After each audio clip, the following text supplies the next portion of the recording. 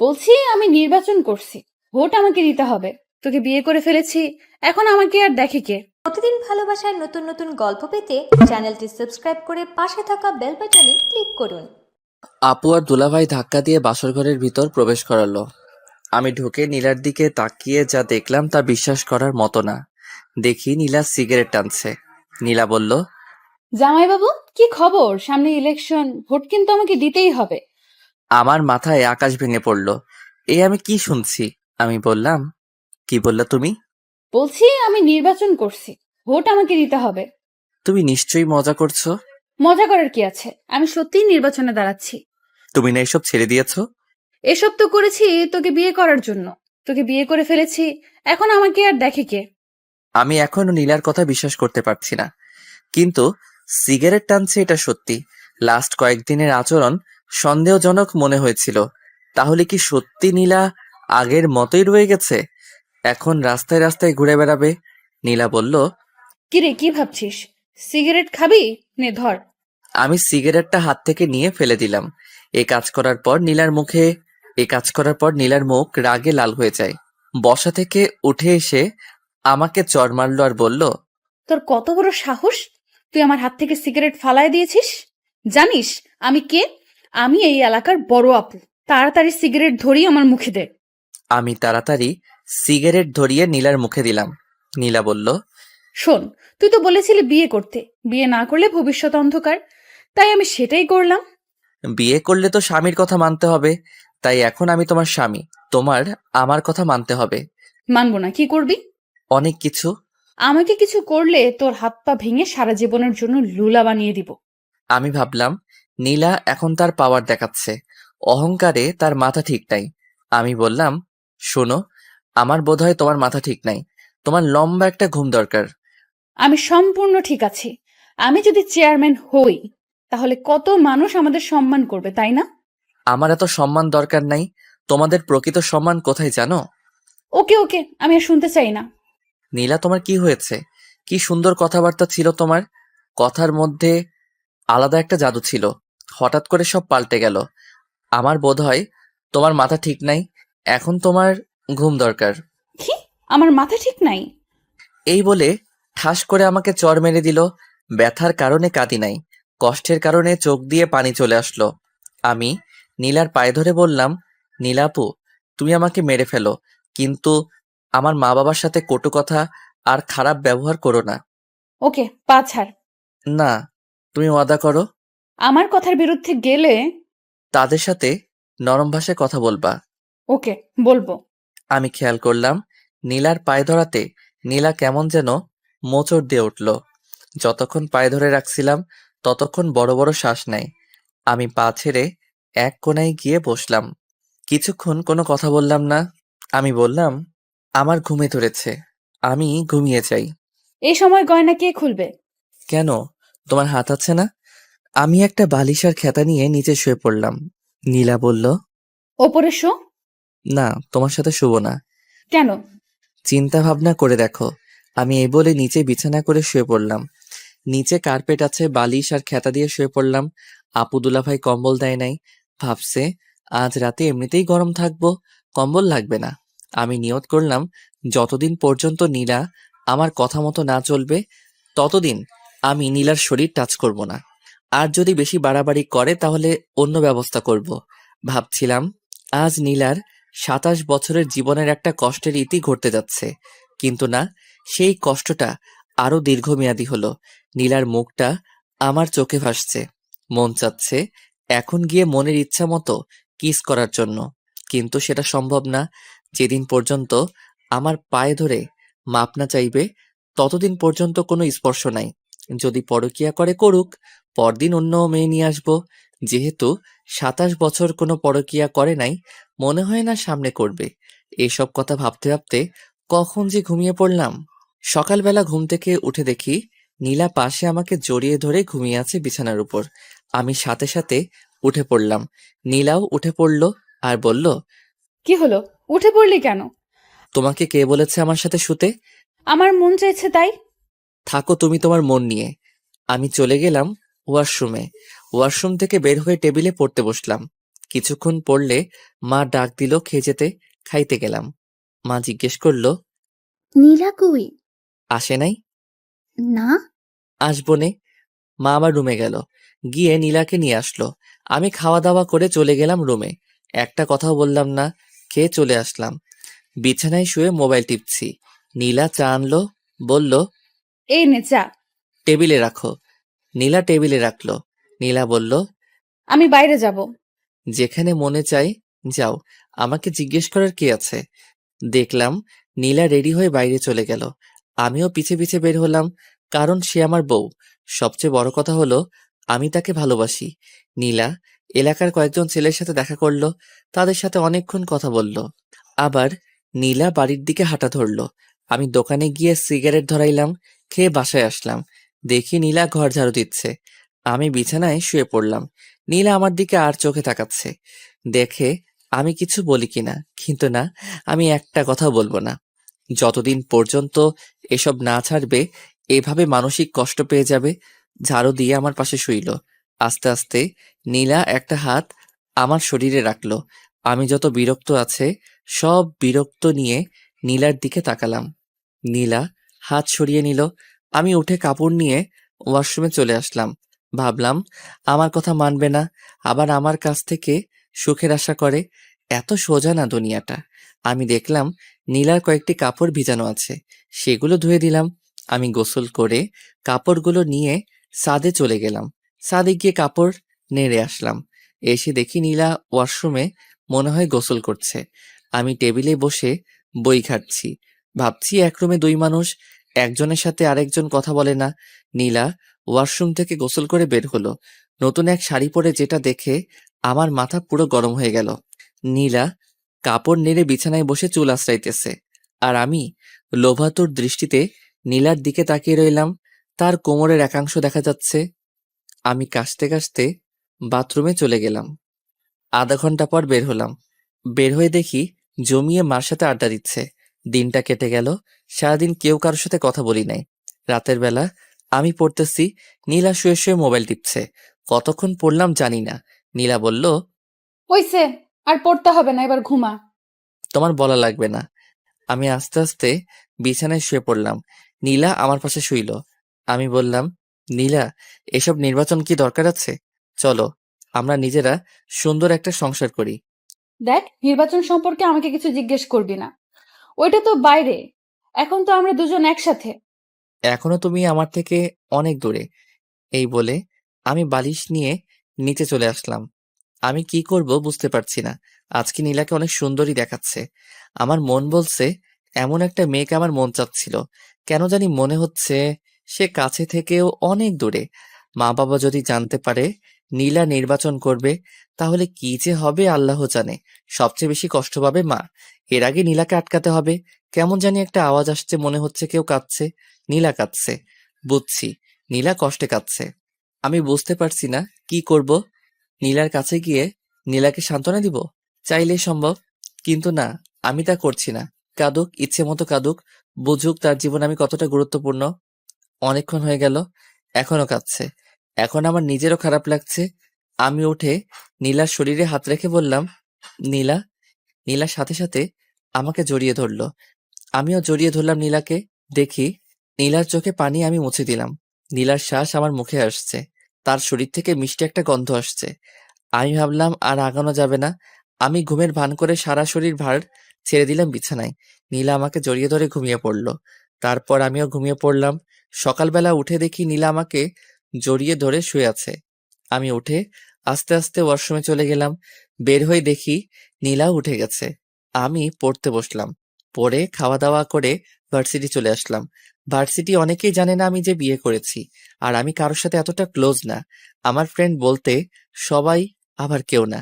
যে সময় যার কাজ লাগে। ভার্সিটি শেষ করে বাসায় আসলাম। এসে দেখি বাবা চলে এসেছে। আমি আমার রুমে গেলাম, দেখি নীলা বাসায় নেই। আমি মাকে জিজ্ঞেস করলাম, নীলা কোথায়? মা বলল আমি যাওয়ার সাথে সাথে বের হয়েছে, যে আর আসে নাই। বাবা আমাকে ডাকছে। আমি বাবার কাছে গেলাম। আব্বা বলল, মুরাদ, আমার চাকরির মেয়াদ শেষ হয়ে যাবে আগামী মাসে। ভালো হয়েছে। এখন কতদিন বিশ্রাম নেন? বিশ্রাম নিলে তোরা খাবি কি? তোরও তো কোনো চাকরির ব্যবস্থা নাই। হুম। শুন, আমার মাথায় একটা বুদ্ধি এসেছে। তোর মার সাথে এ বিষয়ে কথা বলেছি। তোর মা হ্যাঁ বলেছে। কি? আমার চাকরির মেয়াদ শেষ হলে পেনশনের যে টাকা পাবো, সেটা দিয়ে আমি দেশের বাড়িতে একটা বাড়ি করি আর বাজারে একটা দোকান নিয়ে বসি। আমরা তো সারা জীবন ভাড়াটিয়ায় থেকে গেছি। আমি ভাবলাম কথাটা খারাপ না। এদিকে আগামী মাস আসতে আর 6 দিন বাকি, আর নির্বাচন আসতে আরো 2 মাস বাকি। নীলার বাবা আমাকে অনেক টাকা ক্যাশ দিয়েছে। আমি একটা টাকাও নিতে চাই নাই। খুশিতে আমাকে দিয়েছে নীলাকে বিয়ে করার জন্য। সেখান থেকে টাকা দিলে বাড়িতে একটা বাড়ি আর একটা ব্যবসা সুন্দর করে আসবে। আর এদিকে বাবা মাও জানবে না নীলা যে নির্বাচন করছে। আমিও লেগে যাব চাকরির খোঁজে। এসব কিছু চিন্তা করে বললাম, আপনার বুদ্ধিটা ভালো। আপনার পেনশনের টাকা দিয়ে হবে সবকিছু। দেখি হয় কিনা, না হলে ধার করতে হবে। ধার করা লাগবে না, শ্বশুরবাড়ি থেকে যে টাকা পেয়েছি সেটা দিয়েই হবে। ওকে।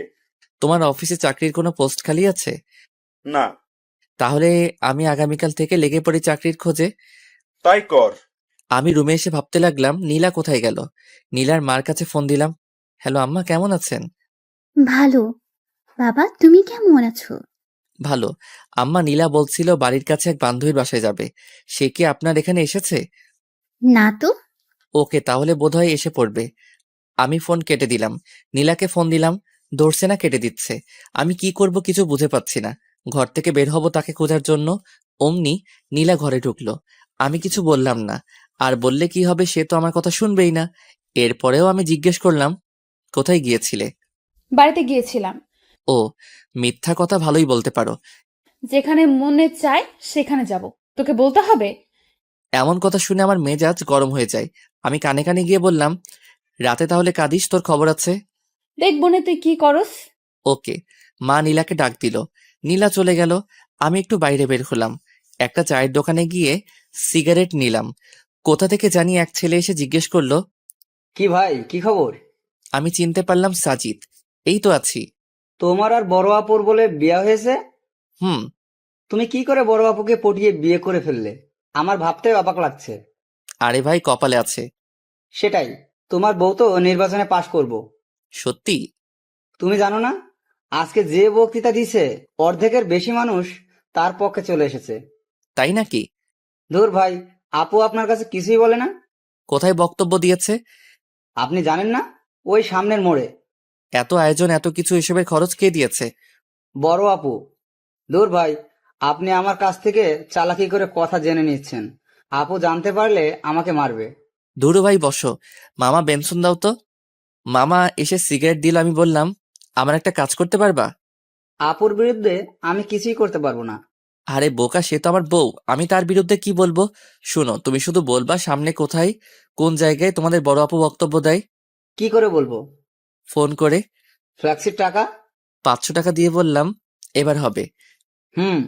সাজিদ চলে যায়। আমি বাসায় আসি। এসে পড়তে বসলাম। দেখি নীলা খুব হাসি খুশি। রাতের খাবার খেয়ে আবার পড়তে বসলাম। আমি আর নীলা একটা কথাও বলি না, কারণ এখনো নীলা আমার কথা শুনছে না। আজকে কত মানুষের সামনে বেপর্দা হয়ে কথা বলল। আমার শরীরটা শুধু জ্বলছে। সবাই তো নীলার দিকে লোভাতুর দৃষ্টিতে তাকিয়ে রয়েছে। এটা তো আমি বুঝি। ভাগ্যে নির্মম পরিহাস। নীলা যদি আমার কথা শুনতো। এদিকে নীলা শুয়ে শুয়ে মোবাইল টিপছে, আর একটু পরপর হাসি দিয়ে ওঠে। আমি নীলাকে জিজ্ঞেস করলাম, নীলা, তুমি যে নির্বাচন করছো, এত টাকা কোথা থেকে? আমার জমানো টাকা। আর একটা টাকাও খরচ করো না। এসব টাকা রেখে দাও। ভবিষ্যতে দেখবে তোমার সন্তানের জন্য অনেক কাজে লাগবে। আমার না মা হওয়ার অনেক ইচ্ছা। তুমি মা হওয়ার যোগ্যতা নেই। তুই যদি মা হওয়ার, বেচারা ছোট বাচ্চাটা শুধু কষ্ট পাবে। আমি মা হলে বাচ্চাটাকে সারা দিন বুকের কাছে আগলে রাখতাম। শুনছি তুমি বলে নির্বাচনে জিতবে। আর এদিক দিয়ে যদি তুমি মা হও তাহলে কি হবে? তুমি সারাদিন কাজে এখানে সেখানে ঘুরে বেড়াবে, আর এদিকে বাচ্চাটা তোমার বুকের এক ফোঁটা দুধের জন্য কান্না করবে। আমি এসব দেখতে পারবো না। আমি মা হলে সারা দিন তাকে বুকে আগলে রাখবো। নীলা আজকে একটা সাদা ড্রেস পরেছে, বাংলায় যাকে বলে প্লাজো। আর যেহেতু নীলা শুয়ে আছে, তাই নীলার হাঁটু অব্দি প্লাজো উঠে আছে। নীলার এই সুন্দর পা দেখে আমার অবস্থা খারাপ। আমি আস্তে আস্তে কাছে গেলাম, গিয়ে নীলার পাটা ঢেকে দিলাম। আমি বললাম, নীলা, আমি তোমাকে অনেক ভালোবাসি। আমিও তোকে অনেক ভালোবাসি। তাহলে তুমি আমার কথা শুনছো না কেন? আমি একটা প্ল্যান হাতে নিয়েছি। সেই প্ল্যানটা আমি যে করেই হোক কমপ্লিট করব। নীলা, তুমি কেন বুঝছো না? যদি মা বাবা জানতে পারবে তুমি নির্বাচন করছো, তাহলে বুঝতেই পারছো মা কতটা কষ্ট পাবে।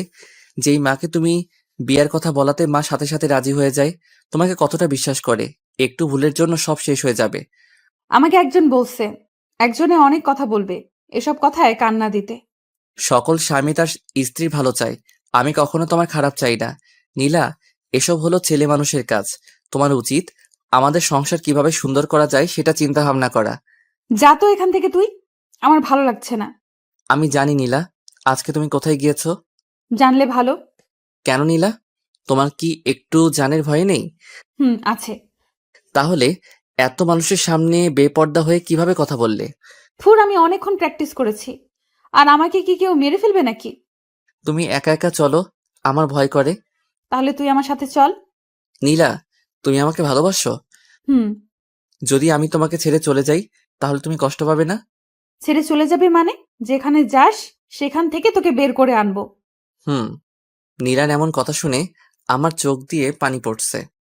এ কি, তুই কাঁদতেছিস কেন? তোমার কথা শুনে কাঁদছি। তোর কষ্টটা বল।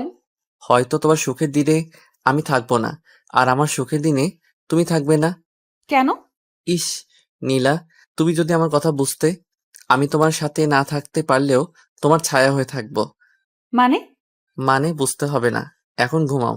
আমি বালিশ নিয়ে নিচে আসবো। নীলা বলল, ওপরে শো, নিচে অনেক ঠান্ডা। ওকে। আমি নীলার উল্টো দিকে মুখ ফিরে শুয়ে রইলাম। ঘুম আসছে, ঘুমিয়ে পড়লাম। নীলার যে করে হোক নির্বাচনে দাঁড়াবে এবং পাশ করেও নিজের নাম সারা দেশে ছড়িয়ে দিবে।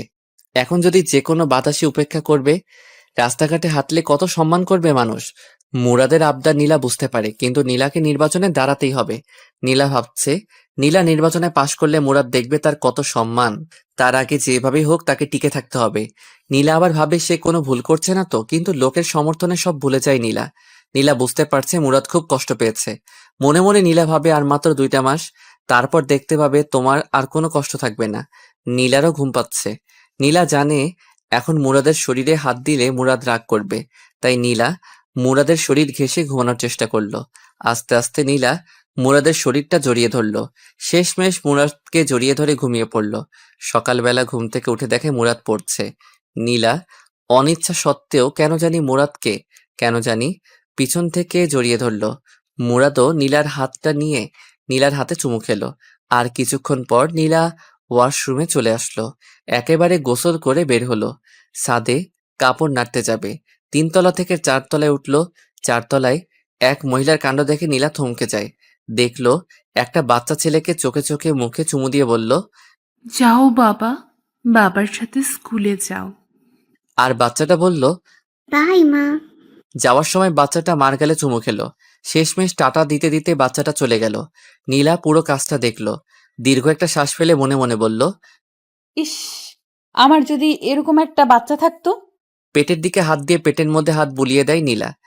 মুরাদ, তুই কেন বুঝতে পারস না আমার মনের কথা? আমাকে একটা বাচ্চা দে, কসম করে বলছি।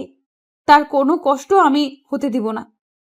নীলা আবার ভাবে, মুরাদ হয়তো ঠিকই বলেছে, এসব তো ছেলে মানুষের কাজ। আমার কাছে তো ঘরের ভেতর। আমি 2-3টা বাচ্চা নিয়ে সুখের ঘর করব। নীলা নিচে এসে দেখলো মুরাদ কলেজে চলে গেল। নীলা নিয়ত করে ফেলেছে এসব বাদ দিয়ে মুরাদের কথা মতো চলবে। নীলা ঘর থেকে বের হলো অফিসে গিয়ে নিজের পদ বাতিল করতে। বাসা থেকে বের হয়ে হাঁটা ধরলো। কিছুক্ষণ যাওয়ার পর কোথা থেকে জানি এক মেয়ে এসে বলল, আপু আপু, আমার বাড়ির সামনে। প্লিজ আপু, আমার সাথে একটা ছবি তুলেন। বলতে পারবো আমি চেয়ারম্যান আপুর সাথে ছবি তুলেছি। সবাই আমাকে বস মানবে। প্লিজ আপু। ওকে ওকে, তুলো। মেয়েটা ছবি তুলে বলল, আমার আপনাকে খুব ভালো লাগে। আমার ফ্যামিলির সবাই আপনাকে ভোট দেবে। Thank you. হেঁটে কেন, রিক্সা দিয়ে যান। আসলে শরীরটা বেড়ে যাচ্ছে তো তাই। ওকে আপু, চলেন আপনাকে এগিয়ে দিই। চলো। মেয়েটা আর নীলা হাঁটছে। সামনে দিয়ে যে যায় সেই লম্বা করে একটা সালাম দেয়। নীলা হাসি মুখে তাদের বিদায় দেয়। আরো কিছুক্ষণ হাঁটার পর 6-7টা মেয়ে নীলাকে ঘিরে ধরলো। আরো 10-12 জন ছেলে এসে হাজির হলো। পুরো একটা দল হয়ে গেল। এক সময় মিছিল শুরু হয়ে গেল। মিছিলের মধ্যে আরো মানুষ যোগ দিতে থাকে। পরে মোটামুটি বড় একটা মিছিল হয়ে যায়। অনেকক্ষণ সবাই বড় আপুর পক্ষে মিছিল করে। এক জায়গায় এসে এক রেস্টুরেন্টে নিয়ে সবাইকে কিছু খাওয়াইয়া তাদের বিদায় দিল। নীলা বাড়িতে চলে আসে। এসে ফ্রেশ হয়ে শুয়ে ভাবতে লাগলো কোথা থেকে কি হয়ে গেল। যে জায়গায় গিয়ে না করে আসবে এসবের মধ্যে আমি আর নাই, সেখানে গিয়ে বড় এক মিছিল করে আসলো। এত মানুষের সারা কিভাবে নীলা ফেলে দিবে? এখন কত সম্মান, পরে না জানি কত সম্মান হবে। বের হলেই মানুষ ঘিরে ধরবে, তখন মুরাদ বুঝতে পারবে আমি কেন এত কষ্ট করেছি। তখন হয়তো মুরাদ আমাকে একটা বাচ্চা নেওয়ার সুযোগ দিবে। আমি নীলার মনের ভিতর ঢুকে যাওয়ার চিন্তা ভাবনা করছি। নীলার সব কাজে রেসপন্স করব, কিন্তু আসল কাজটা করব না। আমি বুঝতে পারছি এইভাবে নীলার সাথে আর বেশি দিন থাকা যাবে না। ভার্সিটি থেকে এসে দেখি নীলা ঘুমাচ্ছে। তার মায়াবী মুখটা কি সুন্দর করে তাকিয়ে আছে। আমি অনিচ্ছা সত্ত্বেও নীলার কপালে চুমু খেলাম। নীলা পাশ ফিরে আবার শুয়ে পড়ল। আমি ফ্রেশ হয়ে নীলাকে ডাক দিলাম, নীলা, আমার খিদা লাগছে। দাঁড়াও, আমি নিয়ে আসছি। নীলা একটু পর আমার জন্য খাবার নিয়ে আসে। আমি খেলাম। আমি বললাম, নীলা, তুমি আজকে মিছিল করেছো? হুম। কেন? যাতে নির্বাচনে পাশ করতে পারি। ওকে, তাহলে তুমি নির্বাচন নিয়েই থাকো। মুরাদ, রাগ করিস না, আমি এখান থেকে বের হতে পারবো না। ওকে, তোমার যা ইচ্ছা তাই করো। আমি বিকালের দিকে ছাদে গেলাম। গিয়ে দেখি জ্যোৎস্না। আমি বললাম, জ্যোৎস্না আপু কেমন আছেন? ভালো। তুমি? ভালো। কেমন চলছে তোমার দিনকাল? এই তো মোটামুটি। আমার সামনে বিয়ে। ভালো। আপু, আমার একটা সমস্যা, যদি একটু হেল্প করতেন। কি বলো? নীলা খালি নির্বাচন করে, এই নিয়ে তাকে আমি প্রতিদিন বোঝাই, কিন্তু সে কোনো কথা কানে নেয় না। আপনি যদি একটু হেল্প করতেন। যে তার স্বামীর কথা শুনে না, তাহলে অন্য আরেকজনের কথা কি শুনবে? তারপরেও একটু কথা বলে দেখবেন। ওকে। আমি যাই। হুম। আমি চলে আসি। কি করব কিছুই মাথায় আসছে না। এইভাবে এক সপ্তাহ চলে গেল। বাবা গ্রামে চলে যায়। গ্রামের বাড়িতে নতুন বাড়ি হলে মাও চলে যাবে। নীলা জিজ্ঞেস করলে বলি বাড়িতে বেড়াতে গেছে। আমি এই বিষয় নীলার কাছ থেকে সম্পূর্ণ গোপন রাখি। আর সে নির্বাচন নিয়ে ব্যস্ত। এদিকে টাইম দেওয়ার কোনো প্রশ্নই আসে না। নীলাকে কেমন জানি লাগে, তার সাথে কথা বলা, হাসাহাসি। এখন আর ভালো লাগে না। এখন কেন জানি নীলাকে বিরক্তিকর মনে হয়। আমি আস্তে আস্তে নীলার সাথে কথা বলা কমিয়ে দিলাম। ওই তো, আগামীকাল সারাদিন নীলার সাথে একটা কথা বলি নাই। বুঝতেই পারছেন এটা কতটা কষ্টকর। নীলাকে অনেক বোঝালাম, শেষমেশ যেই কদু সেই লাউ। আমি ভাবলাম নীলার মা বাবার সাথে এই বিষয়ে কথা বলতে হবে। আমি সময় করে চলে আসি নীলার বাড়িতে। দেখি তার মা বাবা দুজনেই বাড়িতে। হঠাৎ নীলাকে ছাড়া আমাকে দেখে তারা অবাক হয়ে যায়। নীলার মা বলল, বাবা, তুমি এমন সময় একা? নীলা কোথায়? নীলা বাড়িতে। আম্মা আব্বা কিছু কথা আসছিল। নীলারে নিয়ে একটা সমস্যা হচ্ছে। কি সমস্যা? আসলে নীলা খালি নির্বাচন নির্বাচন করে। এই সারাদিন নির্বাচন নিয়ে বাড়ির বাইরে ব্যস্ত থাকে। কত যে বললাম এসব ছেড়ে দিতে, আমরা সুন্দর করে সংসার সাজাই, কিন্তু কে শুনে কার কথা। আপনারা দুজন যদি একটু বলতেন এসব ছেড়ে দিতে, তাহলে খুশি হতাম। আসলে বাবা কি বলবো, সে ছোটবেলা থেকেই স্বপ্ন দেখে আসছে এই এলাকায় নির্বাচন করবে, তাই সে ছোটবেলা থেকে টাকা জমাইছে। তোমার অসুবিধা হলে আমরা অবশ্যই নীলাকে বুঝাবো। ধন্যবাদ। আমি নীলার বাড়ি থেকে খাওয়া দাওয়া করে বাসায় আসলাম। এসে দেখি নীলা ঘরের ভিতর নাচতেছে। আমি মুচকি হাসি দিলাম। আমি বললাম, এত খুশি কেন? সবাই বলছে আমি পাশ করব। ঘরের বাইরে বের হলে কত মানুষ আমাকে ঘিরে ধরে। সেটা তো ধরবেই, কারণ তুমি অনেক সুন্দরী, আর সুন্দরের পূজা করে সবাই। সুন্দরী বলে না, আমি চেয়ারম্যান হব বলে। এখনো কোনো নেতা তোমাকে আহ্বান করে নাই রাতে তার সাথে থাকার জন্য? এটা কি বললি তুই? আবার বল। মুহূর্তের মধ্যে নীলা চোখ মুখের রং পাল্টে গেল। যদি এরকম অফার পাও তাহলে ফোন করে বলে দিও আজ রাতে আমি বাইরে থাকবো। ঠাস ঠাস করে দুটো চর বসিয়ে দিল গালে। আমি বললাম, সত্যি কথা বললে কারো সহ্য হয় না। নীলা কেঁদে দেয়। কেঁদে কেঁদে আমাকে জড়িয়ে ধরে বলে, তুই এমন কথা বলিস না। এই নীলা শুধু তোর, নীলার সব তোর, নীলার যৌবন রূপ সব তোর, এসব কিছু তোর জন্য। নীলা আমার একটা হাত নিয়ে তার গালে দিল। খুব কষ্ট হচ্ছে নীলা, এর একটা কিছুই আমি পাবো না। এসব কিছু কয়েকদিন পর পথের মানুষের কাছে চলে যাবে। এমন কথা মুখে আনিস না মুরাদ, আমি তোরে ভালোবাসি, তোকে ছাড়া আমি বাঁচবো না। তুই এমন কথা আর বলিস না। প্লিজ নীলা, তুমি এসব ছেড়ে চলে আসো। প্লিজ প্লিজ, তোমার আর আমার জন্য সুন্দর একটা জীবন অপেক্ষা করছে। এসব ছেড়ে দাও। নীলা কিছু বলছে না। আমি আস্তে আস্তে নীলার গালে ধরে নীলার ঠোঁটের কাছে আমার ঠোঁট নিয়ে আস্তে আস্তে লাগিয়ে দিলাম। নীলা চোখ বন্ধ করেছে। নীলা আমার মাথাটা চেপে ধরলো তার ঠোঁটে। আমি পাগলের মতো কিস করছি, নীলাও। নীলার শ্বাস ভারী হচ্ছে। আমি ভাবলাম এখনই বাদ দিতে হবে, না হলে নীলাকে আটকানো কঠিন হবে। আমি আস্তে আস্তে নীলাকে ছেড়ে দিলাম। নীলা বলল, কি হলো? ভালোই তো লাগছিল, আবার ধর। মনে হয় মা ডাকছে। এই বলে আমি সোজা ঘর থেকে বেরিয়ে আসলাম। নীলা বুঝতে পারছে না কি বলবে, শুধু তাকিয়ে রইল। আমি ভাবলাম লাভ নাই, যতদিন না পর্যন্ত ওইসব ছাড়বে না ততদিন পর্যন্ত আমাকে পাবে না। আমি 2-3 জায়গায় চাকরির জন্য নিবন্ধন করলাম। এইসব বিষয় নীলার কাছে গোপন রাখলাম। তাকে বলে কি করব? আমি বাইরে যাওয়ার সাথে সাথে নীলা ঘর থেকে বের হয়ে পড়ে। আর কি বলবো, এইসব কিছু নীলার কাছে গোপন রাখলাম। আমি সোজা বাইরে আসলাম, এসে সিগারেট খেলাম, খেয়ে রুমে ঢুকলাম। রুমে ঢুকলে নীলা বলল, তুই আমার বাবা মার কাছে বিচার দিয়েছিস কেন? মনে চেয়েছে। দেখ, আমাকে নিয়ে প্রতি দোকানে এখানে সেখানে সব জায়গায় কথা হয়। তারা বলে আমি জিতলে এলাকার উন্নতি হবে, এলাকায় শান্তি থাকবে। এসব মানুষের কথা আমি কি করে ফেলে দিতে পারি? আমি ছাড়তে পারবো না। ভালো, তোমার যদি মনে চাই করো, মনে থাকে যেন। পরে যখন কেঁদে কেঁদে আমাকে জোরে চিল্লাই চিল্লাই ডাকবে তখন আমাকে পাশে পাবে না। নীলা, তুমি এখন বাচ্চা মেয়ে না, ভালো মন্দ বিচার করার বিবেক তোমার মাথায় আছে। হায় রে কপাল আমার, আমারই দোষ কেন যে সুন্দরীর পাগল হলাম। যদি জ্যোৎস্নাকে অথবা তানহাকে বিয়ে করতাম তাহলে কতই না সুখী হতাম। এই বলে রুম থেকে বের হয়ে আসলাম। সোফায় এসে টিভি দেখতে লাগলাম। কিছুক্ষণ পর মা এসে বলল, আগামীকাল বাবা আসবে। দিনটা কেটে গেল নীলার সাথে। আর কথা বলি নাই। পরদিন বাবা এসে আমাকে ডাকা শুরু করলো। আমি গেলাম বাবার কাছে।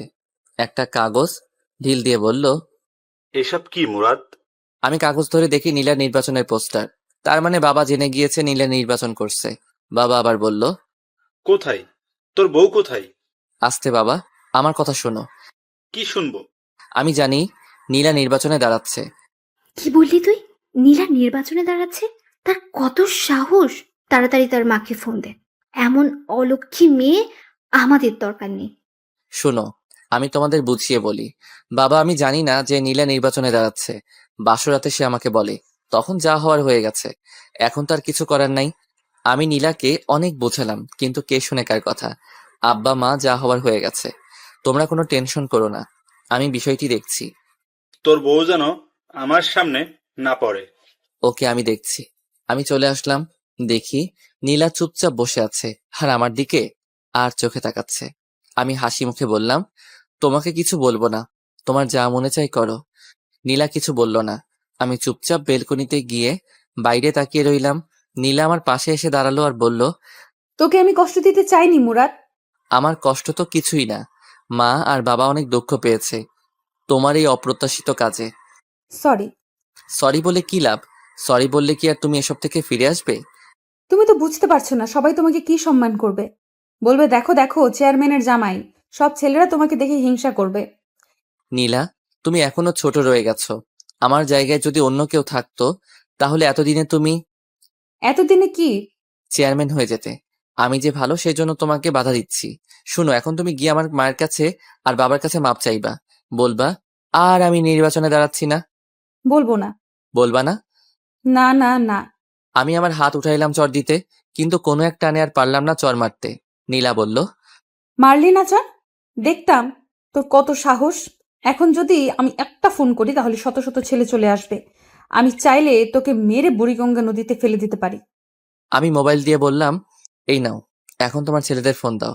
তারা আসুক, এসে আমাকে মেরে বুড়িগঙ্গায় ভাসাই দিক। তুই কি ভাবছিস আমি পারবো না? তুমি আবার না পারতে পারো। আমি কানে কানে গিয়ে বললাম, পারলে করে দেখা। আমি সেখান থেকে চলে আসলাম। আমার আর ভালো লাগছে না। এখন থেকে আর নীলার সাথেই শুবো না। আজ 1 সপ্তাহ হলো নীলার সাথে শুই না। আমি আমার মতো, নীলা নীলার মতো। এদিকে আমার চাকরির ইন্টারভিউর জন্য কল আসলো। এদিকে বাবা মা চলে গেল গ্রামের বাড়িতে। যাওয়ার আগে নীলাকে কয়েকবার বললাম বাবা মার কাছে মাপ চাইতে, কিন্তু কে শুনে কার কথা। এখন আমি আর নীলা একা। আমি ইন্টারভিউ দিলাম। আমার আগের রেজাল্ট ভালো ছিল বলে চাকরিটা হয়ে গেল। কিন্তু সমস্যা একটাই, বাসা থেকে অনেক দূরে। আমি সকালে যাই, বিকালে আসি। নীলা ভাবে আমি ভার্সিটিতে যাই। কিছুদিন পর সন্ধ্যার সময় বাসায় ঢুকলাম। দেখি নীলা আর 5 জন ছেলে, একজন মেয়ে বসে আড্ডা দিচ্ছে। তাদের একজনের হাতে সিগারেট, নীলাও সিগারেট খাচ্ছে। আমি ঘরে ঢুকলে নীলা বলল, এ হলো আমার স্বামী মুরাদ। মাঝখান থেকে একদম ছেলে বলে উঠল, বড় আপু, আপনি বিয়ে করে ফেলেছেন? আমরা তো জানি না। আসলে সবই কপাল, আর মুরাদ কিন্তু খুব ভালো ছেলে, কেউ তার সাথে বেয়াদবি করবি না। ওকে আপু। আপু, আমাদের কাজটা বুঝিয়ে দেন। নীলা আমাকে বলল, মুরাদ, তুই একটু ঘরে যা। ওকে। আমার মাথা পুরো গরম হয়ে আছে, কিছু বলবো না তাকে। আমি ভাবলাম এভাবে আর চলতে পারে না। আরে, আমার তো একটা সম্মান আছে। চেয়ারম্যান হওয়ার পর সবাই বলবে, দেখো দেখো চেয়ারম্যানের জামাই, কিন্তু সেটা বলবে টিটকারি করে। ভাবলাম আজ নীলাকে শেষবারের মতো বলবো, তারপর অন্য কোনো রাস্তা দেখতে হবে। নীলা তাদের সাথে কথা বলে অনেকক্ষণ। এই ফাঁকে আমি তাদের জন্য হালকা নাস্তা নিয়ে যাই। নীলার অহংকারে শেষ নাই। নীলা তাদের ছোটখাটো মিটিং শেষ করলো। আমি পড়তে বসলাম। রাতে খাওয়ার জন্য নীলা আমার জন্য বাইরে খাবার আনে। আমি খেলাম। ভাবলাম আজ একসাথে শুই। আমি শুলাম তাড়াতাড়ি, কারণ সকালে অফিসে যেতে হবে। দেখি নীলা মোবাইল টিপছে। আমি বললাম, নীলা, বলো। মোবাইল রাখো। ওকে, বলো। নীলা, তোমার নির্বাচন আর কতদিন আছে? আর মাত্র 15 দিন। ভালো, তোমাকে শেষবার ওয়ার্নিং দিচ্ছি। তুমি কি এখান থেকে বের হতে পারবে? আর কতবার বলবো? তাহলে শোনো, এসব ছেলে পেলে নিয়ে ফ্ল্যাটে আসবা না। কেন? আমি না করছি তাই। ওকে, তোমার যা ইচ্ছা। আমি বিছানায় শুয়ে ঘুমিয়ে পড়লাম। পরদিন সকালে উঠে গেলাম অফিসে। অফিস শেষ করে অফিসের আশেপাশে বাসা খুঁজতে লাগলাম। নীলার মুরাদের একই ঘ্যান ঘ্যান, আর ভালো লাগে না। প্রতিদিন একই বিষয় নিয়ে কথা বলে। ভালো হয়েছে তার বাবা মা চলে গেছে, না হলে কত বাধার সম্মুখীন হতে হতো। মুরাদকে নীলা অনেক ভালোবাসে, সেজন্য নীলা এত অসম্মানের পরেও মুরাদের কাছে পড়ে রয়েছে। কিন্তু নীলা বুঝতে পারছে না মুরাদের কি হয়েছে। কিছুদিন ধরে মুরাদ নীলার সাথে খুব ভালো ব্যবহার করছে, খুব হাসি খুশি, সব কাজে রেসপন্স। নীলা বুঝতে পারল মুরাদ তাহলে এতদিনে সবকিছু বুঝতে পারছে। ওই তো সেদিন নীলার মিটিং করে আসতে দেরি হয়েছিল। মুরাদ এগিয়ে গিয়ে নীলাকে নিয়ে আসে। শীত বলে দুজন এক চাদরের ভিতর একজন আরেকজনকে জড়িয়ে ধরে বাসায় আসে, যা দেখে নীলার খুব ভালো লাগে। এই মাসের শেষ কয়েকদিন নীলা মুরাদকে জড়িয়ে ধরে ঘুমায়। মুরাদের প্রতি নীলার ভালোবাসা অনেক বেড়ে যায়। কিন্তু এসব কিছু রীতি ঘটলো ওই দিন দুপুরে। ঘুম থেকে উঠে দেখলো মুরাদের বই কাপড় চোপড় কিছুই নেই, আর টেবিলের উপর একটা চিঠি পেল। নীলা উঠে পুরো রুম দেখলো, তেমন কিছুই নেই। কয়েকটা বই আর কিছু কাপড় চোপড় পড়ে আছে, সেগুলো পুরাতন। আলমারি খুলে দেখলো মুরাদের কিছুই নেই। তাহলে কি মুরাদ চলে গেল কোথায়? নীলা জোরে জোরে মুরাদ বলে ডাক দিল। তার শব্দই আবার ফিরে আসলো। পুরো ফ্ল্যাট চেক করলো, প্রয়োজনীয় সবকিছু আছে। নীলা নীলা আস্তে আস্তে চিঠির কাছে আসলো। নীলার বুকটা কাঁপছে। মুরাদ কি চলে গেছে? আগে মোবাইল নিয়ে কল করলো মুরাদের নাম্বারে, ফোন বন্ধ। এবার চিঠির কাছে এসে চিঠি হাতে নিল, কাপা কাপা হাতে। চিঠি খুলে পড়তে লাগলো। চিঠিতে লেখা আছে, নীলা, আমি কোনো চিঠি লিখছি না যাতে পরে উত্তর দিতে না পারো। নীলা, একটা কথা তো জানো, স্বাধীনতা অর্জন করার চেয়ে রক্ষা করা কঠিন। আমার ক্ষেত্রে সেটাই হয়েছে। আমি তোমাকে খুব ভালোবেসে ফেলেছিলাম, কিন্তু সেটা ধরে রাখতে পারিনি। নীলা, আমি তোমার সাথে মোটামুটি অনেক সময় কাটিয়েছি। নীলা, তুমি যখন বলতে আমি কোথাও চলে গেলে আমাকে যেখান থেকে পারো ধরে নিয়ে আনবে, তখন আমার খুব অহংকার হতো। আনলে আবার কি হবে? আমার একই কথা, নির্বাচন করো না। সেরকম কথা তোমাকে শুনতে আর হবে না। আমি চলে গেলাম। এখন তুমি নির্বাচনে বেশি ফোকাস করতে পারবে। দোয়া করি নির্বাচনে পাশ করে এলাকার উন্নতি করতে পারো। সবাই একটা চেয়ারম্যান থেকে এটাই আশা করে, আর সবসময় গরিব দুঃখীদের পাশে থাকবে। দেখবে তুমি ভালো একটা চেয়ারম্যান হতে পারবে। নীলা, আমি দুঃখিত, আমি ভালো একটা স্বামী হতে পারিনি, তোমার কথায় রাজি হতে পারিনি। তোমার সামনে জীবন পড়ে রয়েছে, ভালো একটা ছেলেকে বিয়ে করে মা হওয়ার স্বপ্ন দেখো। খুব ইচ্ছে ছিল বাবা হওয়ার, কিন্তু সেটা হলো না। নীলা, আমি তোমাকে ছেড়ে অনেক দূরে চলে এসেছি। আমার খুঁজতে তুমি বের হয়েও না, কারণ তুমি আমাকে খুঁজে পাবে না। আমি পিছনের সকল পথ বন্ধ করে দিয়েছি। তুমি জেনে খুশি হবে, আমি একটা চাকরি পাইছি। তোমার অন্তরে কি ছিল সেটা আমি আদৌ চিন্তা করে বের করতে পারিনি। শেষ কয়েকদিন তোমার সাথে ভালো ব্যবহার করেছি, কারণ তুমি যাতে বুঝতে পারো তোমার জীবনে আমি কতটুকু গুরুত্বপূর্ণ ছিলাম। কিন্তু তুমি সময় থাকতে গুরুত্ব দাওনি। আহ নীলা, তুমি যদি আমার কথা শুনতে, তাহলে হয়তো পৃথিবীর একমাত্র সুখী সংসার আমরা হতাম। নীলা, তুমি চেয়ারম্যান হতে চাও, সেটা বিয়ের আগে বলতে, তাহলে আমি তোমাকে বিয়ে করতাম না, কারণ আমি সিম্পল একটা সুখের সংসার দেখতাম। এখন বুঝতে পারছি, বড় লোকেরা বড় লোকের ঘরে মানায়, গরিব গরিবের ঘরে মানায়। বড়লোক যখন গরিবের ঘরে যায়, তখন শুরু হয় সমস্যা। সেটা হয়েছে তোমার আর আমার মাঝে। তুমি দেখতে বড় হওয়ার স্বপ্ন, আর আমি দেখতাম সিম্পল জীবনযাপন। তোমার স্মৃতি হিসেবে তোমার দেয়া চরগুলো থাকবে আমার সাথে। আর হ্যাঁ, অবশ্যই নামাজ পড়বে। নির্বাচনে পাশ করতে পারো সেজন্য দোয়া করবে। আমিও দোয়া করি তুমি ভালো একটা চেয়ারম্যান হও। আমাকে পাওয়ার জন্য কখনো দোয়া করবে না, কারণ আল্লাহ কারো দোয়া ফেলায় না। সবশেষে বলবো তুমি ভালো একটা স্বামী নাও, মা হওয়ার স্বপ্ন দেখো, আর ভালো একটা চেয়ারম্যান হওয়ার চেষ্টা করো। আর তোমার বাবার দেয়া টাকাগুলো আমার বালিশের নিচে আছে। নীলা আমার বউ, আমার ভালোবাসা, সারা জীবন সুখে থেকো। নীলার চোখের পানি চিঠির অনেকখানি ভিজে গেছে। নীলা কি করবে বুঝতে পারছে না। এখন কেমন যেন একা একা লাগছে। আরেকবার নীলার মনে হচ্ছে ভালোই হয়েছে। খালি খালি সারাক্ষণ ঘ্যাং ঘ্যাং করতো। নীলা আস্তে আস্তে চোখের পানি মুছলো। বিছানায় এলিয়ে চিন্তা করতে লাগলো। বালিশের নিচে হাত দিয়ে দেখে টাকা, অনেক টাকা। নীলার কেমন যেন ভয় ভয় করছে। নীলা একা এই বাসায় থাকতে পারবে না। মুরাদ বলছে চাকরি পেয়েছে, কোথায় পেয়েছে সেটা জানতে হবে। সেটা জানতে পারলে তার ঠিকানা বের করা যাবে। নীলা পুরো ফ্ল্যাট খুঁজলো, এরকম কিছুই পেল না। নীলার মনে হলো কে জানি দরজায় টোকা দিচ্ছে। খুলে দেখে জ্যোৎস্না। জ্যোৎস্নাকে দেখে নীলা হাউ মাউ করে কেঁদে উঠলো আর জ্যোৎস্নাকে জড়িয়ে ধরলো। জ্যোৎস্না বলল, নীলা, কাঁদছস কেন? আর মুরাদ কোথায়? চলে গেছে আমাকে ছেড়ে। সেটা তোর জন্য আরো ভালো হয়েছে। এখন শান্তি মতো তুই নির্বাচন করতে পারবি, আর তোকে কেউ বাধা দিবে না। না না, এ হতে পারে না। সেজন্য মুরাদ আমাকে ছেড়ে চলে যাবে? আমি তোকে আগেই বলেছি মুরাদের কথা মতো চল। কিন্তু সে চলে যাবে কেন? তুই তার কথা 16 কানা শুনুস নাই। তুই যদি তার কথা মতো চলতি, ইস, তোর জায়গায় যদি আমি থাকতাম তাহলে আমি কোনো কথার অবাধ্য হতাম না। এখন আমি কি করব? তাকে ছাড়া কিভাবে থাকবো? তোর যেটা প্রাপ্য তুই সেটাই পাইছস। তাকে আমি ভালোবাসি। এমন ছেলেও পাওয়া যায় বইয়ের কারণে বাড়ি থেকে চলে যায়। আমি তাকে ছাড়া থাকতে পারবো না। তাকে আমি অনেক কষ্ট দিয়েছি। আল্লাহ, তুমি তাকে আমার কাছে ফিরিয়ে দাও। শোন, সে মনে হয় আর আসবে না। তুই এখানে থাকতে পারবি না। ঘন্টা 3 আগে আমার কাছে মুরাদ গিয়েছিল, তারপর এই কাগজটা আমার কাছে দিয়ে যায়। কাগজে কি আছে? শুনবি? বলো। জ্যোৎস্না আপু, তুমি আমার একটা কাজ করে দিও। আমি চলে যাচ্ছি নীলাকে ছেড়ে। নীলা তো এখানে একা থাকতে পারবে না, আর যদি থাকে তাহলে বলবেন কাউকে সাথে নিয়ে থাকতে, কারণ রাতে বুঝতে পারবে রাতটা তার জন্য কতটা নিষ্ঠুর। নীলা যদি চলে যায় তাহলে ফার্নিচার গুলো নিচের দেওয়া ঠিকানায় পাঠিয়ে দিয়েন। আর কিছু টাকা আছে। না, আমি এখানেই থাকবো। শেষমেশ আমি এই ঘরটা নিয়ে আমি বেঁচে থাকতে চাই। আমি শিওর মুরাদ আমাকে অনেক ভালোবাসে। সে একদিন ফিরে আসবে। সে একদিন ফিরে আসবে। সেটা তোর কপাল। তার আগে তোকে নির্বাচন থেকে বেরিয়ে আসতে হবে। তোর বিয়ের আর কয়দিন আছে? আর 13 দিন। এখন থেকে নিয়ে বাকি দিনগুলো তুই আমার সাথে থাকবি রাতে। ওকে, পরে দেখি। আমি যাই, মনে হয় মা ডাকছে। একটু পর একেবারে চলে আসিস। ওকে। জ্যোৎস্না চলে গেলে নীলা ফুপিয়ে কাঁদতে লাগলো। ভাগ্যের জোরে অফিসের পাশে একটা ব্যাচেলর ফ্ল্যাট পেয়ে যাই, সেখানে উঠি। ভাবলাম আজ সবকিছু সমাপ্তি হলো। নীলাকে ভালো লাগতো, কিন্তু নীলার নির্বাচন ভালো লাগতো না। আমি যে রুমে সিট নিলাম সেই রুমে আরো দুজন আছে। তারা দুজন চাকরিজীবী, তাই আমাদের ফাইজলামো করার কোনো প্রশ্নই আসে না। যাই হোক, পরদিন সকালে অফিসে গেলাম। আমার মুখ থেকে হাসি নামক শব্দটি উধাও হয়ে গেছে। অধিকাংশ সময় আমি নীলাকে নিয়ে চিন্তা করি। ফেলে এসেছি, আবার কোনো ভুল করিনি তো? যদি কোনো অঘটন ঘটিয়ে ফেলে? কিছু ভালো লাগছে না। অফিসে কত মানুষ হাসাহাসি করে, আমি সারাক্ষণ আমার কাজ নিয়ে ব্যস্ত থাকি। সারাক্ষণ নীলার মুখটা সামনে ভাসে। অফিসের ম্যানেজার সবাইকে ডাক দিল, আমিও গেলাম। আমি গিয়ে পিছনে এক কোণায় দাঁড়িয়ে রইলাম।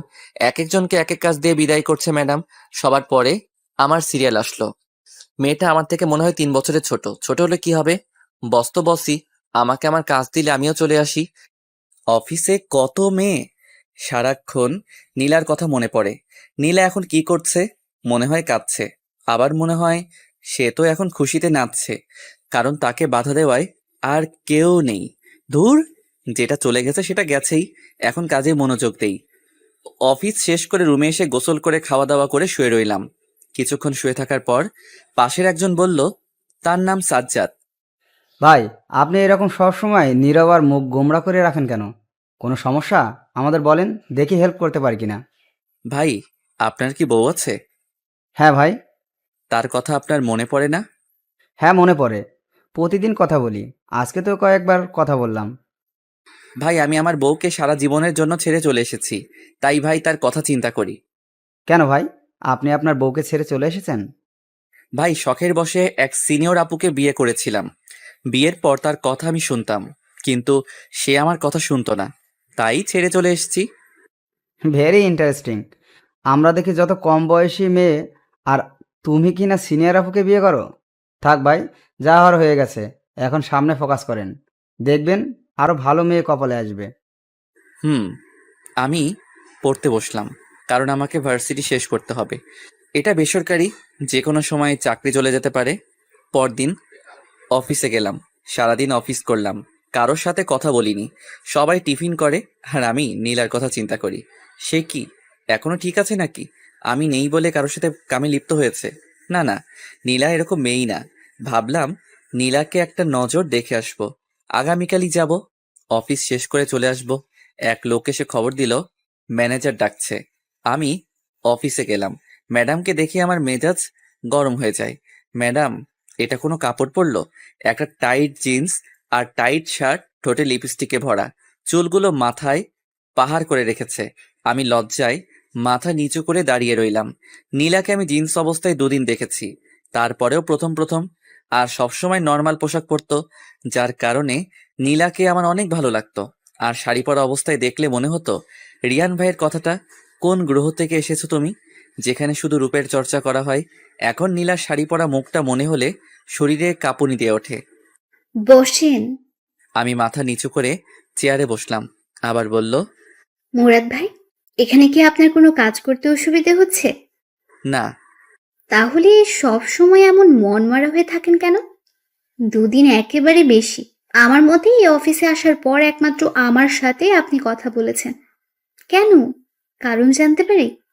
না, আমি শুধু আমার কাজ করব। এমন মানুষ হয়? আপনার বাড়িতে দেখলাম আপনি বিবাহিত। আপনার ওয়াইফের সাথে কোনো সমস্যা হয়েছে? সেরকমই ধরতে পারেন। এটা কোনো সমস্যা হলো? সেজন্য আপনি যাওয়ার সময় তার সবচেয়ে বেশি পছন্দের জিনিসটা নিয়ে যাবেন। দেখবেন সব ঠিক হয়ে যাবে। হুম। আমি চলে আসলাম। হিসেব করে দেখলাম নির্বাচনের আর মাত্র কয়েকদিন বাকি। পরদিন অফিস বন্ধ, তাই সময় করে রাতে এলাকায় আসলাম, যাতে কেউ না চিনতে পারে। শীতের রাত, মুখে মাফলার জ্যাকেট বেঁধে, সাথে মাথায় ক্যাপ দিয়ে রাস্তায় হাঁটছি। হাঁটতে হাঁটতে বাসার সামনে গেলাম। বাসার নিচে দাঁড়িয়ে আর চোখে বেলকনিতে তাকাচ্ছি। দেখি বাতি জ্বালানো, তার মানে নীলা এখানেই আছে। সে কি কাঁদছে নাকি হাসছে, সেটা যদি দেখে যেতে পারতাম। অপেক্ষা করি, যদি বেলকনিতে আসে। বেশি অপেক্ষা করতে হলো না, না চাওয়ার চেয়ে বেশি পেয়ে গেলাম, যেটা দেখে নীলার আসল মুখোশ উন্মোচন হয়ে গেল। দেখি 3জন ছেলে আর 4জন মেয়ের সাথে নীলা হাসতে হাসতে বের হচ্ছে, যেটা দেখার জন্য আমি মোটেও প্রস্তুত ছিলাম না। আমি ভাবলাম আমার ধারণা সব ভুল। আমি ভাবছিলাম নীলা বোধহয় মন খারাপ করে বসে আছে, কিন্তু না, নীলা নীলার মতো নির্বাচনের কাজ করছে। থাকুক সে তার নির্বাচন নিয়ে, আমি থাকি আমার মতো। আর নীলার চিন্তা মাথায় আনবো না, এলাকার নাম মুখে নিব না। আমি মন খারাপ করে বাসায় চলে আসলাম। সারা রাত ঘুম নাই। কি করব? আমি নীলাকে ছেড়ে চলে আসলাম, অথচ আমি বেশি কষ্ট পাচ্ছি। আর এদিকে নীলা খুশিতে শেষ। শখের বসে গিয়েছিলাম সিনিয়র মেয়েকে বিয়ে করতে, আবার সে বলে এলাকার ডন। এমন ফালতু মেয়ে আমার কপালে জুটলো, সে বলে আমার বউ। দূর, ঘুমাই। এসব চিন্তা করতে করতে কখন যে ঘুমিয়ে যাই। এদিকে নীলা কাঁদতে কাঁদতে চোখ ফুলিয়ে ফেলেছে, কারণ মুরাদকে ছাড়া নীলার এক মুহূর্ত ভালো লাগে না। সারাদিন ঘরে নীলা একা, কিছু ভালো লাগে না, খাওয়া দাওয়া ঠিক মতো করে না। এখন নীলা মুরাদের অভাব হাড়ে হাড়ে টের পাচ্ছে। দুদিন ধরে নীলা নির্বাচনের কোনো কাজে যাচ্ছে না, কারণ তার মন ভালো না। কি বলবে গিয়ে নীলা? ওই দিন রাতে নীলাকে তার সাথের লোকেরা দাওয়াত দিল।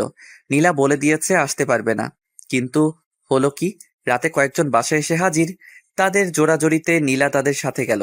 সেখান থেকে এসে জ্যোৎস্নাকে কল দিল। জ্যোৎস্না আসলো। রাতে জ্যোৎস্নার সাথে ঘুমাই। দুজন শোয়ার পর জ্যোৎস্না বলল, এসব তুই ছাড়বি? এসব ছাড়লে দেখ মুরাদ তোর কাছে ফিরেও আসতে পারে। সত্যিই মুরাদ আবার আমার কাছে ফিরে আসবে? যখন শুনবে তুই আর নির্বাচনে দাঁড়াচ্ছিস না, তখন বুঝতে পারবে তুই মুরাদের কথা শুনছস। কি করে বুঝবো? সে কি এই দেশে আছে নাকি নাকি নতুন বিয়া করে ফেলছে? এই বলে নীলা কেঁদে দিল। নীলা, কাঁদিস না, তার জন্য দোয়া করবেন। সে যেন ভালো থাকে। দেখবি একদিন ঠিকই আল্লাহ তোদের দুজনকে মিলিয়ে দেবে। নীলা ফুপিয়ে ফুপিয়ে কাঁদছে। আর মোবাইল থেকে ছবি বের করে মুরাদকে দেখছে। এসব দেখতে দেখতে কখন যে ঘুমিয়ে যায়। সকালে উঠে নীলা নামাজ পড়ে আল্লাহর কাছে অনেক কান্নাকাটি করে মুরাদকে ফিরিয়ে দেওয়ার জন্য। আমি পরদিন অফিসে যাই। গতকাল থেকে আজকে আমার মনটা বেশি খারাপ। অফিস শেষ করে চলে আসব, একজন এসে বলে গেল ম্যাডাম ডাকছে। আমি ম্যাডামের অফিসে গিয়ে মাথা নিচু করে দাঁড়িয়ে রইলাম। বললাম, বসেন। আমি আস্তে আস্তে বসলাম। এখন আপনি আমার সামনে হাসি দেবেন। পারবো না। দেন বলছি, দেন, না হলে আপনার চাকরি নট। আমি হাসি দেওয়ার চেষ্টা করলাম, কিন্তু হাসির বদলে ফুপিয়ে ফুপিয়ে কান্না শুরু করলাম। এটা কি হলো? আমি বললাম হাসতে আর আপনি কিনা কাঁদছেন। প্লিজ কাঁদবেন না। এই নিন টিস্যু। টিস্যু নিয়ে আমি চোখ মুছলাম। ম্যাডাম বলল, এক্স্যাক্টলি আপনার সমস্যা কি আপনি আমাকে খুলে বলবেন? হুম।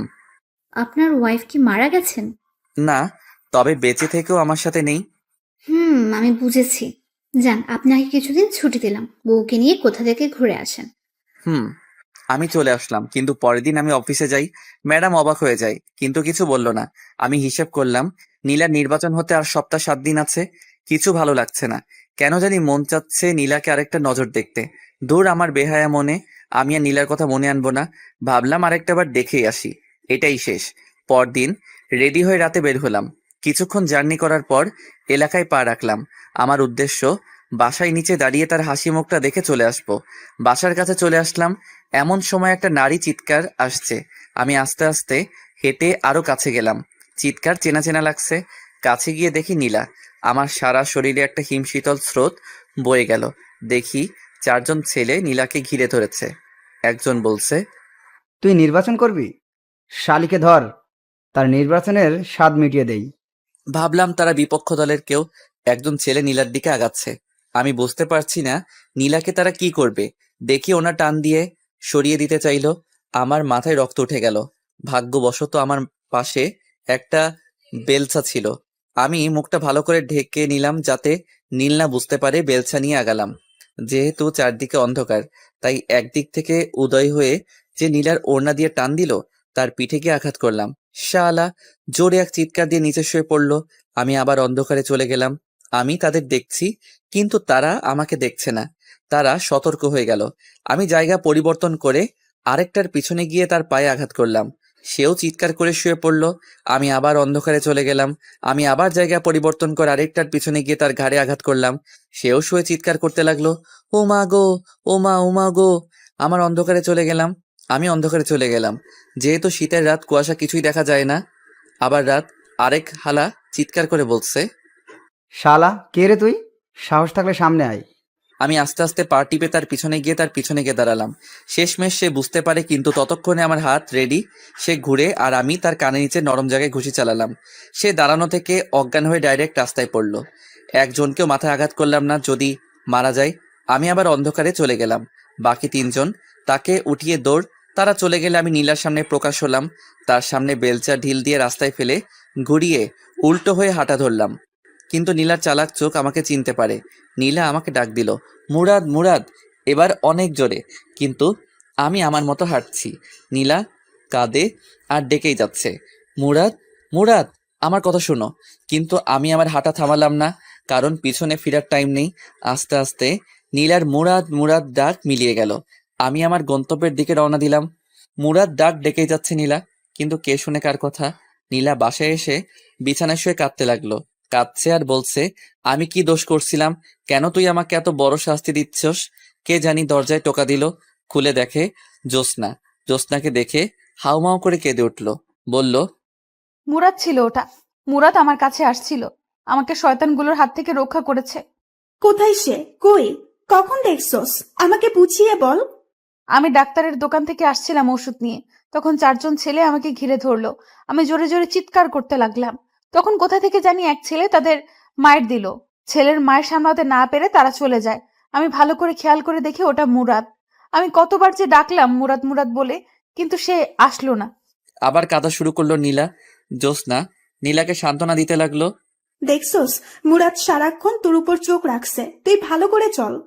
আমি যে কাঁদছি কষ্টে, সে কি শুনতে পাচ্ছে না? হয়তো। আর কাঁদিস না, ঘুমা, দেখবি সব ঠিক হয়ে যাবে। নীলা শুয়ে পড়ল। শুয়ে ভাবতে লাগলো, নীলা, মুরাদ আমার আশেপাশেই আছে। আমি যদি মুরাদের কথা মতো চলি, হয়তো মুরাদ আবার আমার কাছে ফিরে আসবে। আমি সেটাই করব। নীলা বুঝতে পারছে ঘরের মধ্যে ছেলে মানুষের কি দরকার। এখন নীলা বুঝতে পারে এসব নির্বাচন হলো ছেলে মানুষের জন্য, মেয়েদের জন্য হলো ঘর। যখন মেয়ে ছেলের জায়গায় যায় তখনই শুরু হয় ঝামেলা। আর আমি মুরাদকে ছাড়া কিছু কল্পনা করতে পারি না। মুরাদ আমার সব। এসব চিন্তা করতে করতে নীলা ঘুমিয়ে যায়। পরদিন ওঠে। এভাবে 5 দিন চলে যায়। নির্বাচনের আর 2 দিন আছে, কিন্তু মুরাদ আর আসে না। শেষমেশ নীলা নির্বাচন থেকে অব্যাহতি নেয়, কারণ তার দরকার মুরাদকে। আর নির্বাচন না করলে মুরাদ আসবে। মুরাদকে নিয়ে নীলা বাকিটা জীবন পার করে দিতে চায়। আজ 5 দিন হয়ে গেল, আমি ওই দিনের ঘটনা ভুলতে পারছি না। নীলার মুরাদ মুরাদ ডাকটা কেন জানি এখনো আমার কানে বাজছে। আমার মন বলছিল, যা গিয়ে তোর ভালোবাসাকে জড়িয়ে ধর, কিন্তু আমার পা সামনে হেঁটে চলে এসেছে। নীলাকে আমার অনেক মায়া লেগেছে, কারণ নীলা আগের থেকে অনেক শুকিয়ে গেছে। কেমন যেন নীলার মুখে সেই লাবণ্যতা নেই। আমি বুঝতে পারছি নীলা অনেক কষ্টে আছে, কিন্তু এত কষ্টের পরেও কি নীলা নির্বাচন ছেড়ে আমার কাছে মাপ চাইবে? আমার মা বাবার কাছে মাপ চাইবে? কে জানি। 6 দিনের মাথায় আমি অফিস শেষ করে চলে আসছি। এক লোক এসে বলল, ম্যাডাম ডাকছে। ম্যাডামের নাম তানিয়া। আমি অফিসে গেলে ম্যাডাম বলল, আপনার নাম কি? মুরাদ। আপনার ওয়াইফের নাম কি? সেটা না বললে হয় না? বাড়ি কোথায়? নরসিংদী। ওকে, যান। আমি ম্যাডামের কাজ করবার কিছুই বুঝলাম না। নির্বাচনের 2 দিন পর গেলাম এলাকায় শিওর হতে নীলা নির্বাচনে পাশ করেছে কিনা। আমি এলাকায় ঢুকে এক লোককে জিজ্ঞেস করলাম, ভাই, এই এলাকার চেয়ারম্যান কে? আগে যে ছিল সে। মানে তাহলে আপনাদের বড় আপু নির্বাচনে পাশ করে নাই? আরে ভাই, আর বললেন না। কত আশায় ছিলাম বড় আপু পাশ করলে এলাকার অনেক উন্নতি হবে, কিন্তু হলো কি, নির্বাচনের 2 দিন আগে বড় আপু নির্বাচন থেকে অব্যাহতি নেয়। পরে আর কি হবে, আগে যে আছে সেই পাশ করে। আমি লোকটাকে ধন্যবাদ বলে চলে আসলাম। ভাবলাম তাহলে নীলা এতদিনে আমার কথা শুনছে, কিন্তু সে সময় থাকতে শুনেনি। অতএব আমি আর নীলার কাছে যাচ্ছি না। এদিকে নীলা একা হয়ে গেল, কারণ জ্যোৎস্নার বিয়ে হয়ে গেছে। নীলা রাতে কিভাবে থাকবে? বাড়িতেও নীলা কিছু বলে নাই। নীলা ভাবলো সারা রাত মুরাদের কথা চিন্তা করে কাটিয়ে দিবে। নীলা রাতে অনেক ভয় পায়। বুঝতে পারছে মুরাদ তার কাছে এতদিন কি ছিল। রাতে নীলা ঘুমাতে পারে না ভয়ে। শেষ রাতে ঘুমিয়ে যায়। নীলা চিন্তা করছে আজকে রাতে কিভাবে থাকবে। নীলার এক ফুফাতো বোনের কথা মনে পড়লো, তার নাম তানিয়া, খুব হ্যান্ডসাম আর নীলাকে খুব সম্মান করে। নীলা ভাবলো তানিয়াকে ফোন করে দেখা যায় কয়েকদিন থেকে যায় কিনা। পরেরটা পরে দেখা যাবে। নীলা তানিয়াকে ভিডিও কল দেয়। তানিয়া ফোন ধরে। আসসালামু আলাইকুম তানিয়া, কেমন আছো? জি আপু, ভালো। তুমি কেমন আছো? এই তো ভালো। তোমার চেহারা তো তা বলছে না। আমার চেহারা কি বলছে? মনে হচ্ছে তুমি অনেক কষ্টে আছো। কেমন যেন আগে থেকে শুকিয়ে গেছো। শোনো, এখন থেকে তুমি আমার কাছে থাকবে। কেন, তুমি না বিয়ে করেছো? তোমার জামাইয়ের কি হয়েছে? ওর কথা আর বলিস না। এখন তুমি বলো কখন আসবা। অফিস শেষ করে চলে আসবো। কাপড় চোপড় নিয়ে আসবা, কিছুদিন থাকবা, ওকে? ওকে, চলে আসবো। নীলা ভাবলো, যাক, একটা ব্যবস্থা হলো। এখন কিছু রান্না করতে হবে তার জন্য। নীলা তার জন্য অনেক কিছুই রাঁধল। রাত্রেবেলা তানিয়া আসলো। তানিয়াকে খাওয়ালো। তানিয়ার অনেক ক্লান্ত লাগছে, তাই তানিয়া ঘুমিয়ে যায়। সকালে উঠে আবার তানিয়া অফিসে চলে যায়। নীলা সারাদিন ঘরের ভিতর কাটিয়ে দেয়। বিকালের দিকে তানিয়া অফিস শেষ করে আসলে তারা একসাথে খেলো। খাওয়ার সময় তানিয়া জিজ্ঞেস করলো, আপু, তোমার হাজবেন্ড কোথায়? এই বিষয়ে জিজ্ঞেস না করলে হয় না? না, তোমাকে বলতেই হবে। তুমি আগে থেকে অনেক চেঞ্জ হয়ে গেছো। আগে সবসময় তোমার মুখে হাসি লেগে থাকতো, আর এখন তোমার কি অবস্থা হচ্ছে? দিন দিন শুকিয়ে কাঠ হচ্ছ। ঠিক মতো কি খাওয়া দাওয়া করো না? এটা নিশ্চয়ই তোমার পিছিয়ে হাজবেন্ডের কারণে। সে কোথায়? খাওয়ার পর তোমাকে বলি।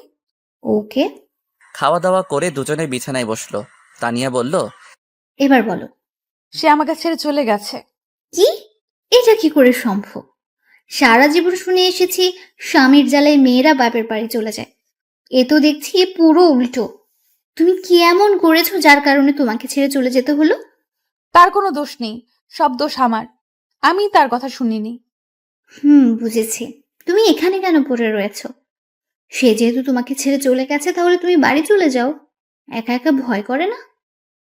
করে। যদি সে আবার ফিরে আসে সেই অপেক্ষায় বসে আছি। ও, আমার ঘুম ধরেছে। শুয়ে পড়ো। তানিয়া শুয়ে পড়ল, নীলাও শুয়ে পড়ল। তানিয়া জিজ্ঞেস করলো, আচ্ছা আপু, তোমার হাজবেন্ডের নাম কি? মুরাদ। তার বাড়ি জানি কোথায়? নরসিংদী। আপু, তার একটা ছবি দেখাও তো। নীলা মুরাদের একটা ছবি দেখায়। তানিয়া তাদের কাহিনী সব বুঝতে পারে। এদিকে নীলা আপু মুরাদের জন্য কেঁদে কেঁদে শেষ, আর ওদিকে মুরাদ নীলা আপুর জন্য কেঁদে কেঁদে শেষ। এখন দুজনকে মিলিয়ে দেওয়ার দায়িত্ব তানিয়ার। তানিয়া চিন্তা করলো নীলা আপুকে কিছু বুঝতে দিবে না, দুজনকে সারপ্রাইজ দিবে। তানিয়া বলল, আপু, তুমি তো সারাদিন ঘরেই বসে থাকো, আগামীকাল চলো না আমার অফিসে। না রে, আমি যেতে পারবো না। চলো না প্লিজ, তোমার অনেক ভাল লাগবে। কখন আসবি? যাবো আর গিয়ে 1 ঘন্টা পর চলে আসবো। ওকে, সকালবেলা মন চাইলে। মন চাইলে না, তোমাকে যেতেই হবে। ওকে। নীলা ঘুমিয়ে যায়। সকালে উঠে নাস্তা করে তানিয়ার সাথে চলে আসে তানিয়ার অফিসে।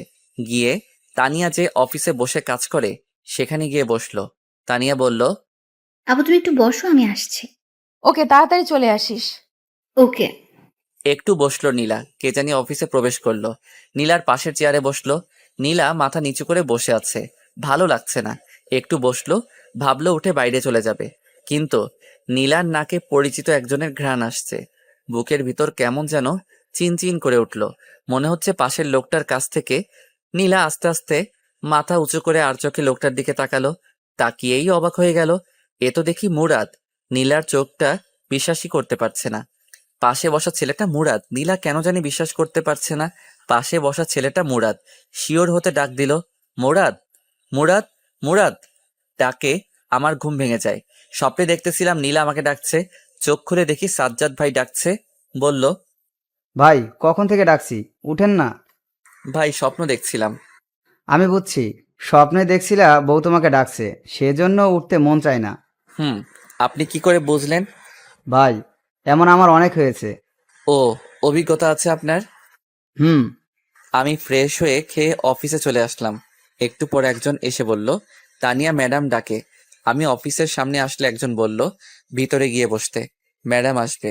আমি ভিতরে ঢুকে দেখি এক চেয়ারে একটা মেয়ে বসে আছে। আমি মেয়েটার দিকে না তাকিয়ে চুপচাপ বসে পড়লাম। অনেকক্ষণ হয়ে গেল, ম্যাডাম আসছে না, কিন্তু কেমন যেন একটা ঘ্রাণ আমার নাকে আসছে। কেন জানি মনে হচ্ছে এটা নীলার শরীরের ঘ্রাণ, তার মানে পাশের মেয়েটা নীলা। আমি তাকাতে যাব, কিন্তু ততক্ষণে মেয়েটা মুরাদ বলে ডাক দিল। আমি তাকিয়ে দেখি আসলেই নীলা। আমি যেন একটা শকড খেলাম। আমি কি বলবো কিছুই বুঝতে পারছি না, শুধু তাকিয়ে রইলাম। নীলাও আমার দিকে তাকিয়ে রয়েছে, কিছু বলছে না। অনেকক্ষণ পার হয়ে গেল। আমি খেয়াল করলাম নীলার মুখের রং পাল্টে যাচ্ছে। নীলা চেয়ার থেকে উঠে আমার শার্টের কলার ধরে কষিয়ে 2টা চড় দিল। আমি ফ্যাল ফ্যাল করে তাকিয়ে রইলাম, মুখে কথা বলার শক্তি হারিয়ে ফেললাম। নীলা অফিসের দরজা আটকে দেয়। বুঝতে পারছি আজকে আমার খবর আছে। দীর্ঘ 1 মাস পর আমাকে পেয়েছে, হাতে নাতে এত সহজে আমাকে ছাড়বে না।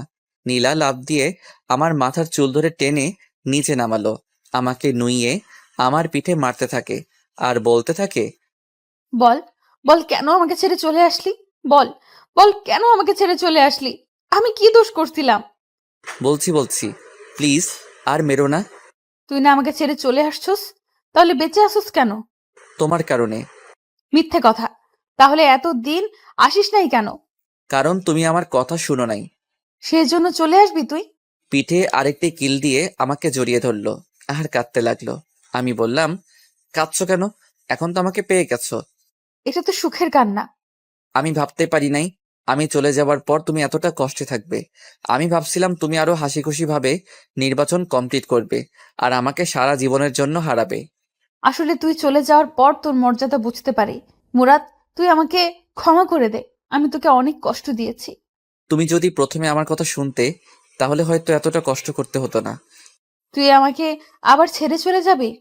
হুম, যদি আমার কথা না শুনো। ওকে। এখন আর কেঁদো না। হুম। তোমার শরীরের কি অবস্থা? কি সুন্দর পরীর মতো ছিল আমার নীলা, এখন শুকিয়ে কি হয়েছো? তোর জন্য আমার এই অবস্থা হয়েছে। তোমার ফার্স্ট কাজ হলো আমার মা বাবার কাছে ক্ষমা চাওয়া। সরি মুরাদ, তোর মা বাবাকে আমি অনেক কষ্ট দিয়েছি। বল, কবে তোর গ্রামের বাড়িতে যাবি? সামনের সপ্তাহ। আমার গ্রাম অনেক ভালো লাগে। গিয়ে আমরা অনেকদিন থাকবো। হুম। আমি সরি, ওই দিন রাতে আমি তোমার ডাক শুনিনি। ওই দিন যদি তুই না থাকতি তাহলে হয়তো আর আমাকে পেতি না। এখন তোমাকেও আমি পেয়েছি, তুমিও আমাকে পেয়েছো, আর কোনো কষ্ট নেই। আমি আমার কপাল, নীলার কপাল একসাথে করলাম। নীলার চোখে পানি, আমার চোখেও পানি। আমি নীলার মাথায় ধরে আবার আমার বুকে টেনে নিলাম। নীলাও আমাকে জড়িয়ে ধরে শক্ত করে। আবার নীলা কেঁদে দেয়। আবার যদি আমাকে ছেড়ে চলে যাস তাহলে আমাকে আর জীবন্ত পাবি না। ওকে, আমি তোমাকে ছেড়ে চলে যাব না, কিন্তু তুমি আমাকে তোমাকে মারার অনুমতি দাও। তুই আমাকে মেরে ফেলিস, তবু আমাকে ছেড়ে চলে যাস না। প্রিয়জন পাশে না থাকার বেদনা আমি বুঝতে পেরেছি। এই তো লক্ষ্মী মেয়ে। আমি নীলার চোখ মুছে দিলাম, চেয়ারে বসালাম, দরজা খুলে দিলাম। একটু পর তানিয়া প্রবেশ করলো। আমি বুঝতে পারছি এসব তানিয়ার কাজ ছিল। মনে মনে তানিয়াকে অনেক ধন্যবাদ। তানিয়া এসে বলল। আপু, আমাকে আর তোমার সাথে থাকতে হবে না তো? নীলা হেসে বলল। আপাতত না, সময় হলে বলবো। সময়টা কখন? পেটে বাচ্চা হলে? যা শয়তান। ম্যাডাম, আপনি তো কিছুদিন আগে বলেছিলেন বউকে নিয়ে কোথাও ঘুরে আসতে। সেই ছুটিটা আমি আগামী সপ্তাহ চাই। মুরাদ ভাই, এটা কিন্তু ঠিক না। দিয়ে দিস না। আগামী সপ্তাহ কিন্তু, এখন না। হুম। যান, এখন মন দিয়ে কাজ করেন। আমি চলে আসলাম। আমি অফিস শেষ করে নীলাকে নিয়ে শপিং মলে গিয়ে তার জন্য বোরকা কিনলাম। সেখান থেকে বোরকা পরিয়ে আমার মেসে গেলাম। গিয়ে নীলাকে সাজ্জাদ ভাইয়ের সাথে পরিচয় করিয়ে দিলাম। সাজ্জাদ ভাই নীলাকে কতগুলো উপদেশ দিয়ে দেয়। আমি আমার জরুরি জিনিসপত্র নিয়ে বাসায় আসলাম। নীলাকে বোরকা অবস্থায় আরও বেশি সুন্দরী লাগে। নীলাকে বললাম বোরকা পরে ঘর থেকে বের হতে, আর আগের সবকিছু ভুলে যেতে, সামনে ফোকাস করতে। সে আমার কথায় সায় দেয়। বাসায় আসলে নীলা আমাকে রান্না করে খাবার দেয়। আমি খেয়ে দিয়ে আমি রুমটা গোছালাম যেভাবে আগের মতো ছিল। আমি রাতে নীলা বিছানায় শুইলাম। যেহেতু অনেক দিন পর, তাই নীলাকে শরীরে ধরতে কেমন যেন লজ্জা লাগে। আমি ঘুমিয়ে গেলাম। সকালে সব লজ্জা চলে যায়। দেখি নীলা আমাকে জড়িয়ে ধরে ঘুমাচ্ছে। তার মিষ্টি মুখটা আমার দিকে তাকিয়ে আছে। আমি নীলাকে ডাক দিলে সে উঠে ফ্রেশ হয়ে রান্না করে। আমি খাওয়া দাওয়া করে অফিসে চলে গেলাম।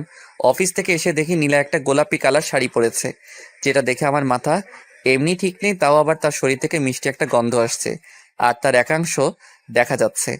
আমি কোনো চিন্তা না করেই তার কোমরে ধরে তাকে টান দিয়ে বুকে আনলাম। তার মিষ্টি গোলাপি ঠোঁটে চুমুট প্রলেপ এঁকে দিলাম অনেকক্ষণ।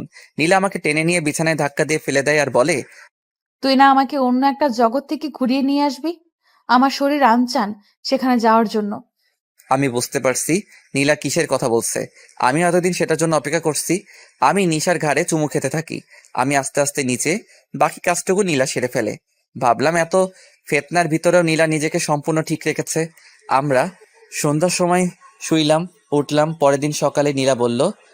এই জিনিসটা এত মজা, এত সুখ আগে যদি জানতাম তাহলে আমি তোর কথার কখনো অবাধ্য হতাম না। আমি আরো 10 বছর আগে বিয়ে করে ফেলতাম।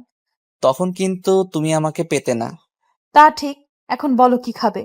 সেটাও বলে দিতে হবে। না, এখন না। আমি নাস্তা তৈরি করছি, খেয়ে দিয়ে অফিসে যাও। ওকে। আমি অফিসে চলে আসি। পরের সপ্তাহ আমরা গ্রামের বাড়ি আসি। সেখানে এক সপ্তাহ থাকি। নীলা মা বাবার পায়ে ধরে মাপ চায়। নীলাকে ক্ষমা করে দেয়। সপ্তাহে একটা পরীক্ষা, তাই ভার্সিটি পরীক্ষা দিয়ে শেষ করলাম। আরো ভালো কোম্পানিতে চাকরির আবেদন করলাম। কিন্তু তানিয়ার রিকোয়েস্টে সেই অফিস থেকে গেলাম। কিন্তু আমার প্রমোশন হয়। আসা যাওয়ার জন্য নীলার বাবার কাছ থেকে একটা গাড়ি নেয় আমার জন্য। 1.5 বছর পর আমাদের একটা মেয়ে হয়। দেখতে নীলার মতো হয়েছে। আসলে ভালোবাসা চেয়ে পাওয়া যায় না, ভালোবাসা দিতে হয়। ভালোবাসা দিলেই তুমিও ভালোবাসা পাবে।